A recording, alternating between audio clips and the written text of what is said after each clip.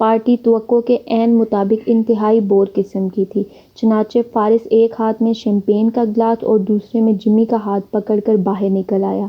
لمبی سی نیم روشن بالکنی سے گزرتے ہوئے وہ دونوں سیڑھیوں تک جا پہنچے۔ مدھم لہجے میں باتیں کرتے ہوئے انہوں نے سیڑھیاں طے کیں اور اوپر چھت پر نکل آئے۔ 24 منزلہ اس عمارت کی چھت پر ہوا میں قدرے خنکی تھی اور شہر میں جلنے والی روشنیاں ٹمٹماتے چراغوں کی مانند دکھائی دے رہی تھیں۔ میری بیوی کی یہ سب سے بڑی خوبی ہے، فارس ریلنگ تھامتے ہوئے بولا۔ وہ کسی بھی وقت انتہائی مختصر نوٹس پہ دنیا کی بدترین اور اقتدار دینے والی پارٹی ترتیب دے سکتی ہے۔ مارشیا کو پارٹیاں کرنے کا واقعی ہی بہت شوق ہے، جمی نے محتاط سے لہجے میں تبصرہ کرتے ہوئے کہا۔ ویسے بھی دوسروں کی بیویوں کے متعلق تبصرہ کرتے ہوئے الفاظ کا خیال تو رکھنا پڑتا ہے۔ پھر مارشیا فارس کی بیوی تھی۔ فارس جو اس کا کاروباری حریف بھی تھا، سو اس کی خوبصورت بیوی کے متعلق کچھ بھی کہنے سے قبل احتیاط تو گویا لازم تھی۔ تم تکلف سے کام لے رہے ہو، فارس ہنس کر بولا، ورنہ کہہ سکتے تھے کہ مارشیا پارٹیوں کے پیچھے پاگل ہو چکی ہے۔ اوہ ہاں، جمی شرما سا گیا۔ لمحے بھر کے لیے دونوں خاموش ہو گئے۔ نیچے سے پارٹیوں کا ہلا گلا ان کے کانوں تک پہنچ رہا تھا۔ جمی، فارس نے خاموشی توڑ دی، تمہیں یاد ہوگا کچھ عرصہ قبل تمہارے سامنے ایک تجویز پیش کی تھی کہ کیوں نہ ہم کاروباری حریف کے بجائے بزنس پارٹنر بن جائیں۔ تم اپنی کمپنی میرے کمپنی میں ضم کر دو، اس سے ہم دونوں ہی کو فائدہ پہنچے گا، کیونکہ ہم آپس میں لڑتے جھگڑتے ہیں اور خریداروں کو تقسیم کر لیتے ہیں۔ مجھے بعض ذوق ذرائع سے پتہ چلا ہے کہ ایک نئی تیسری کمپنی بازار میں آنے والی ہے۔ میری بات سمجھ رہے ہو نا؟ خریدار اب 3 حصوں میں بٹ جائیں گے۔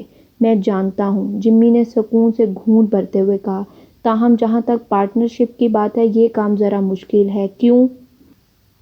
کیونکہ بحیثیت ایک انسان تم مجھے پسند نہیں۔ یہ تو ذاتی جذبات ہیں، فارس مسکرایا۔ میں بھی تمہارے متعلق کچھ ایسے ہی جذبات رکھتا ہوں، مگر کاروبار جذبات سے علیحدہ چیز ہے۔ چنانچہ مارکیٹ میں کامیابی حاصل کرنے کے لیے دونوں کمپنیوں کا انضمام از حد ضروری ہے، تاکہ ہمارے منافع کی شرح میں اضافہ ہو۔ جمی نے اگلا گھونٹ بھرا۔ پھر میں منافع میں بھی تمہاری شراکت دار نہیں بن سکتا۔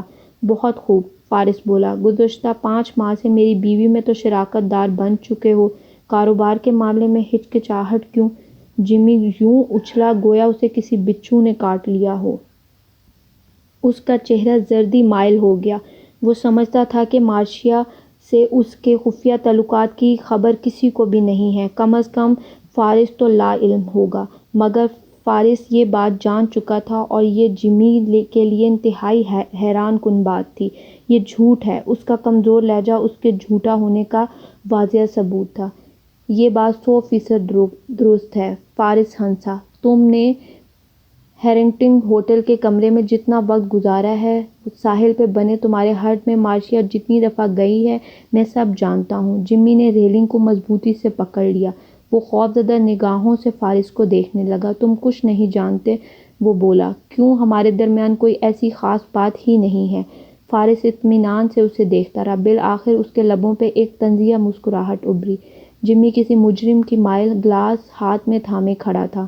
کچھ دیر کے لیے دونوں گویا ساکت سے ہو گئے۔ بالآخر جمی نے لب کھولے، ٹھیک ہے فارس، تاہم یہ بتاؤ، اگر تمہیں مارشیا اور میرے درمیان تعلقات کا شبہ تھا تو تم نے مجھے یا اسے روکا کیوں نہیں؟ فارس مسکرایا اور کہنے لگا، کیونکہ مارشیا کے ساتھ تعلقات قائم کرنے والے تم پہلے مرد نہیں ہو۔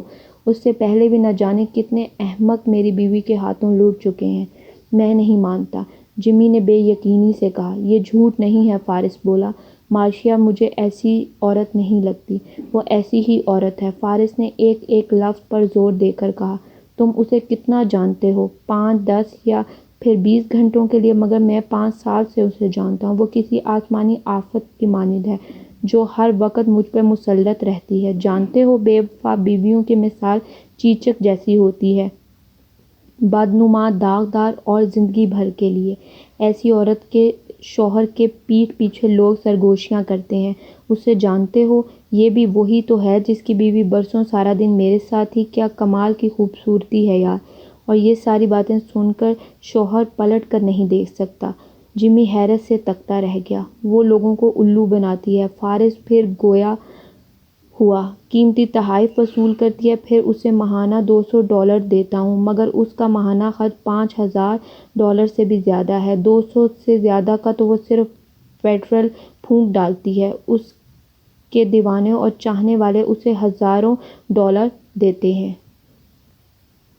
تم نے بھی تو اسے وہ بلو مرسیڈیز دلائی تھی نا، مگر اب شاید تم اس سے پیچھا چھڑانا چاہ رہے ہو، کیونکہ اس کے بڑھتے مطالبات کو پورا کرتے کرتے شاید تمہاری ساری جمع پونجی ختم ہو جائے گی، مگر اس کے مطالبات میں کمی نہیں آئے گی اور آخر کار تم بھی ہارڈ ایمز کی طرح مارے جاؤ گے۔ ہارڈ ایمز کون ہے؟ جمی نے تیزی سے پوچھا۔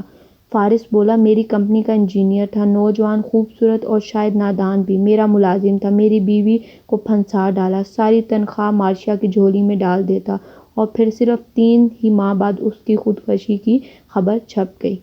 تم اسے طلاق کیوں نہیں دے دیتے؟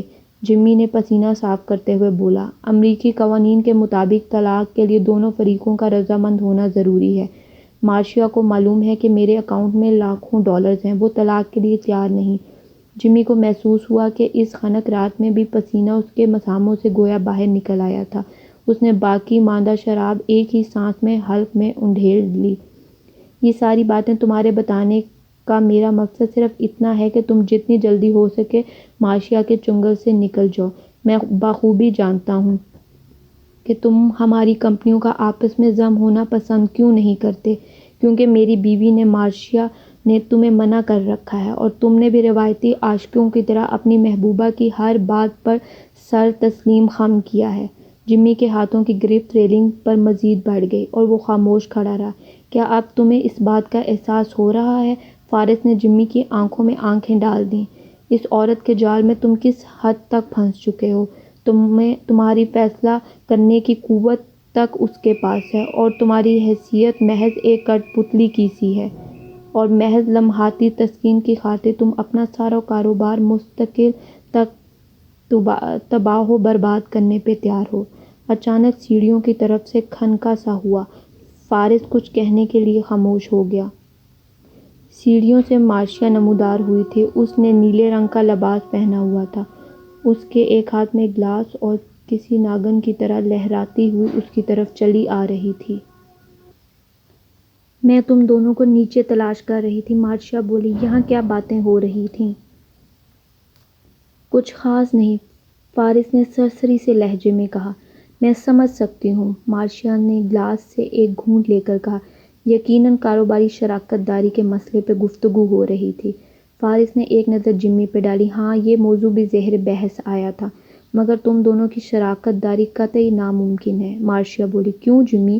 مگر جمی تو گویا برف کا بن چکا تھا۔ اس نے مارشیا کی کسی بات کا جواب نہیں دیا، دوسری طرف دیکھ رہا تھا۔ جمی، فارس نے اسے مخاطب کیا، مجھے یقین ہے کہ بات تمہاری سمجھ میں آ گئی ہے۔ ہمارے سارے مسائل کا ایک ہی حل ہے، مگر شراکت داری ناممکن ہے۔ مارشیا نے ایک بار پھر اپنے الفاظ دہرائے۔ اگلے ہی دن تم آپس میں جھگڑ رہے ہوگے، لہٰذا اس سے اجتناب ضروری ہے۔ کیوں جمی؟ مجھے نہیں معلوم، جمی نے بامشکل کہا۔ اگر ہمیں اس کاروباری نظام میں زندہ رہنا ہے تو، فارس نے مضبوط لہجے میں کہا، تو شراکت داری انتہائی ضروری ہے۔ ہمارے سارے مسائل کا صرف ایک ہی حل ہے، بس ایک ہی حل۔ جمی ہولے ہولے سر ہلانے لگا۔ ہاں، سمجھ گیا ہوں، اس نے مدھم لہجے میں کہا۔